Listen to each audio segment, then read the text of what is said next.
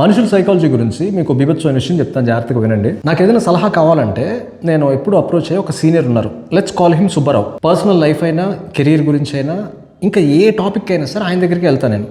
ఆయన్ని నేను ఎప్పుడు కలిసినా కూడా మా ఇద్దరికి జరిగే ఒక రెగ్యులర్ ఆర్గ్యుమెంట్ ఉంటుంది. నేనేమో కొద్దిగా సేఫ్ గేమ్ ఆడాలని చూస్తాను, ఆయనేమో నువ్వు సేఫ్ గేమ్ ఆడితే ఎలాగా, కొద్దిగా రిస్క్ చేయాలి, ధైర్యం చేయాలి, ముందుకెళ్ళాలి, ఇలాగ నన్ను పుష్ చేస్తూ ఉంటాడు. నేనేమో రేపు ఎల్లుండని తప్పించుకొని తిరుగుతూ ఉంటాను. ఇదే ప్యాటర్న్ కొన్ని సంవత్సరాల నుంచి జరుగుతుంది.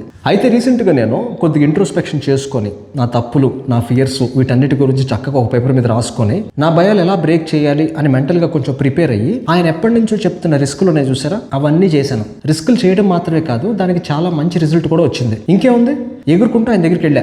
ఈ విషయం చెప్పాలి, ఆయన కళ్ళల్లో ఆనందం చూడాలని. ఆయన దగ్గరికి వెళ్ళి నేను చేసిన ప్రతి ఒక్క పని అండ్ దానికి వచ్చిన రిజల్ట్ గురించి పూసగుచ్చినట్టు ఎక్స్ప్లెయిన్ చేసుకుంటూ వచ్చా. ఆయన ఫేస్లో నెత్తుటి చుక్కలేదు, ఫ్రీజ్ అయిపోయాడు, ఒక డెడ్ లుక్ అనమాట. నేను చెప్పింది అర్థం కాలేదేమోనని మళ్ళీ ఎక్స్ప్లెయిన్ చేయడం మొదలు పెట్టాను. ఆయనకి ఫ్రస్ట్రేషన్ పెరిగిపోయి, అసలు ఇదేంటి ఇలా చేసావు, నేను చెప్పింది ఒకటి నువ్వు చేసింది ఒకటి, ఇలా చిరాకు పడిపోయి నేను చేసిన పనిలో రంధ్రాన్వేషణ చేయడం మొదలు పెట్టాడు. బోతద్దం పెట్టి వెతుకుతున్నాడు నేను ఎక్కడ తప్పులు చేశానని. నా మూడంతా ఆఫ్ అయిపోయి చాలా అప్సెట్ అయిపోయి నేను ఇంటికి వచ్చేసా. కాసేపు కూర్చొని ఆలోచించిన తర్వాత నాకు అర్థమైంది ఆయన ఎందుకు అలా బిహేవ్ చేశాడని. ప్రతి రిలేషన్షిప్లో ఇద్దరు మనుషుల మధ్య ఒక డైనమిక్ ఉంటుంది.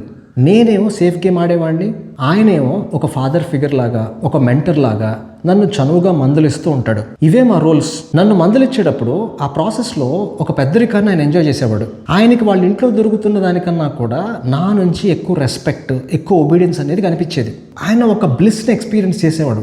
ఈ విషయం ఆయనకు కూడా తెలీదు. నేను ఎప్పుడైతే నా భయాలని బ్రేక్ చేసి ఆయన ఎప్పటి నుంచో చెప్తున్న రిస్కులు చేశానో అప్పుడు ఆయనకి నన్ను తిట్టే అవకాశం లేకుండా పోయింది. నన్ను మందలిచ్చడానికి, ఆ పెద్దరికం ఎంజాయ్ చేయడానికి అక్కడ స్కోప్ లేదు. ఆర్టిఫిషియల్ ఇంటెలిజెన్స్ వచ్చి జాబులు తినేసినట్టు నా ధైర్యం వచ్చేసేసి ఆయన పెద్దరికాన్ని తినేసింది. రేపటి నుంచి ఆయన నన్ను ఎలా తిడతాడు? ఆ తిట్టే ప్రాసెస్లో పెద్దరికం ఎంజాయ్ ఎలా చేస్తాడు? కుదరదు. అందుకని రిలేషన్షిప్లో ఉన్న బ్యాలెన్స్ని రీస్టోర్ చేయడానికి నేను చేసిన పనులలో రంధ్రాన్వేషణ చేసి తప్పులు వెతికి నన్ను తిట్టాలని చూస్తున్నాడు, మళ్ళీ ఆ పెద్దరికం ఎంజాయ్ చేయడానికి. ఇంకొక ఎగ్జాంపుల్ చూద్దాం. భార్యాభర్తలు ఉన్నారు. భర్త ఏమో ఇల్లంతా ఆగవాగం చేస్తూ చిందరవందర చేసేసి ఎక్కడ వస్తువులు అక్కడ పడేసి చాలా చాలా మెస్సీగా ఉంటాడు. భార్య ఏమో ఎప్పుడు భర్తను తిడుతూ, కసురుకుంటూ, చిన్న పిల్లల కంటే నువ్వు దారుణం అని విసుక్కుంటూ, ఇట్లాగా గోలగోల చేస్తూ ఆ డ్రామా ఒకటి జరుగుతుంది. సడన్గా ఒకరోజు భర్త మారిపోయి అన్ని నీట్గా పెట్టాడు అనుకోండి, లెక్క ప్రకారం అయితే భార్య చాలా హ్యాపీగా ఫీల్ అవ్వాలి. ఫీల్ అవ్వదు. ఇంకొక రీజన్ పట్టుకొని భర్తను తిడుతుంది. మళ్ళీ ఇంతకు ముందులాగే ఈవిడ తిడుతూ ఉండాలి, ఆయన పడుతూ ఉండాలి. ఆ స్థితికి తెచ్చే వరకు ఆవిడకి నిద్ర పట్టదు. బాధ్యతగా లేని కొడుకు సడన్గా కెరీర్ విషయంలో సీరియస్ అయ్యాడనుకోండి, తండ్రి మళ్ళీ ఇంకొక రీజన్ పట్టుకొని కొడుకుని తిడతాడు. చాలామంది మీ మార్పు కోరుకుంటున్నట్టే కనిపిస్తారు, కానీ మీరు మారిన వెంటనే ఇంకొక విషయం పట్టుకొని మిమ్మల్ని తిడతారు. ఇలాంటి ఎక్స్పీరియన్స్ మీకు కూడా జరిగి ఉంటే కింద కమెంట్ చేయండి.